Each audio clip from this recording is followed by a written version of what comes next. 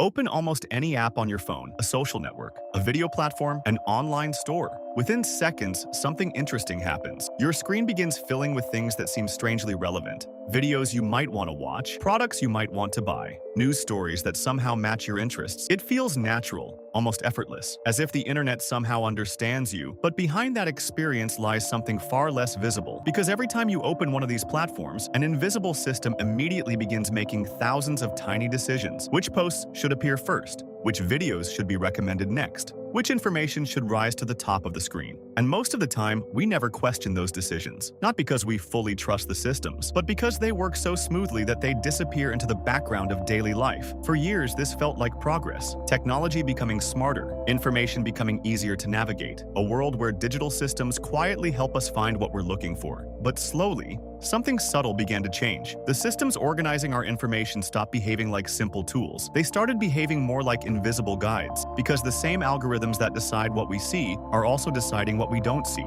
And when billions of people rely on these systems every day, those silent decisions begin shaping something much larger than a screen. They begin shaping attention itself. And that raises an uncomfortable question. What happens when the systems designed to organize information begin quietly shaping how people think? Because once researchers began studying these systems more closely, they started noticing patterns, strange patterns. At first, the idea sounds exaggerated. After all, algorithms are just software, lines of code designed to sort information, detect patterns, recommend content, nothing more. But when researchers began examining how these systems actually behave, something unexpected began to emerge. Patterns, not only in the data, but in human behavior. Take social media recommendation systems. Platforms like YouTube, TikTok, and Instagram rely on algorithms designed to answer a simple question: what will keep someone watching longer? Every scroll, every click, every pause on a video sends a signal. Signals about curiosity, about emotion, about attention. Over time, the system begins learning which types of content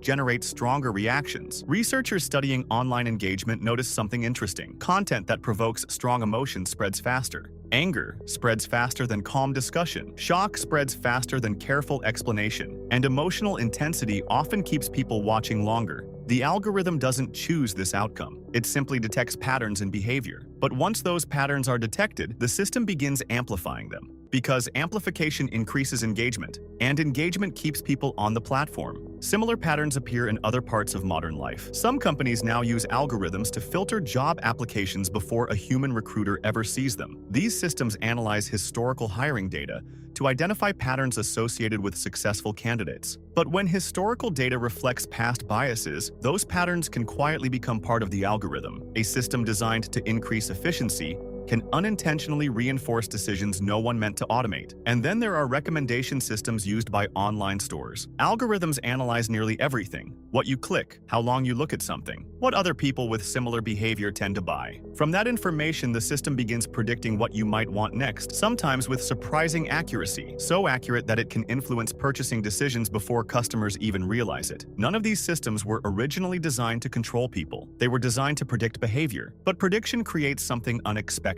a feedback loop. Because when algorithms influence what we see, they begin influencing how we behave. And once that influence spreads across billions of daily interactions, something even more surprising begins to happen. People start changing their behavior. For a long time, the influence of algorithms remained almost invisible, not because it wasn't powerful, but because it felt normal. A video recommendation, a news article, a suggested product. Each moment seems small, but over time, those small moments accumulate. And that accumulation begins reshaping something fundamental about human behavior. Because attention is not just another resource. Attention determines what we learn, what we believe, and what we decide. Researchers studying digital platforms have noticed a subtle shift. When people know their behavior is being measured by algorithms, they often begin adjusting how they act. Creators optimize their content for engagement. Writers design headlines for visibility. Workers adapt their behavior to match performance metrics. In other words, people begin learning how to behave in ways the system rewards.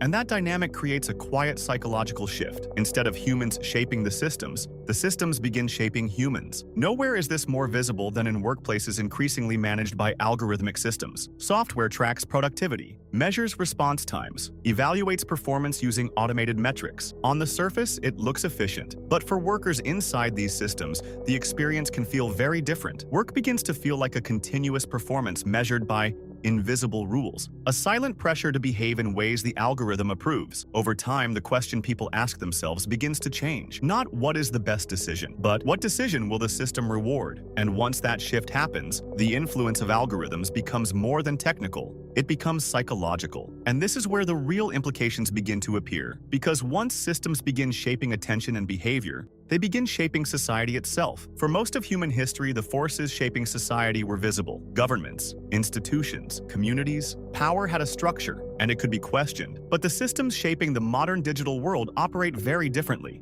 Algorithms rarely explain their decisions. They simply process data, adjust patterns, and quietly reshape the flow of information. Most of the time, their influence appears harmless. A slightly different recommendation, a search result placed a little higher, a story appearing earlier in a feed, small adjustments. But when those adjustments guide the attention of billions of people every day, their influence becomes something far larger. It becomes infrastructure. Infrastructure for how information spreads, infrastructure for how opinions form, infrastructure for how decisions are made. And once systems like that become deeply embedded in everyday life, they become almost invisible, quiet, efficient, difficult to question, which leads to a strange realization. The greatest power of algorithms may not lie in controlling behavior directly. It may lie in shaping the environment where behavior emerges, the information we see, the ideas we encounter, the signals competing for our attention. And if those signals are guided by systems designed primarily to optimize engagement, then the direction of human attention itself may slowly begin to change. Not through force, not through conspiracy, but through millions of small decisions made silently by machines. And that leaves us with one final question. Not whether algorithms will shape the future.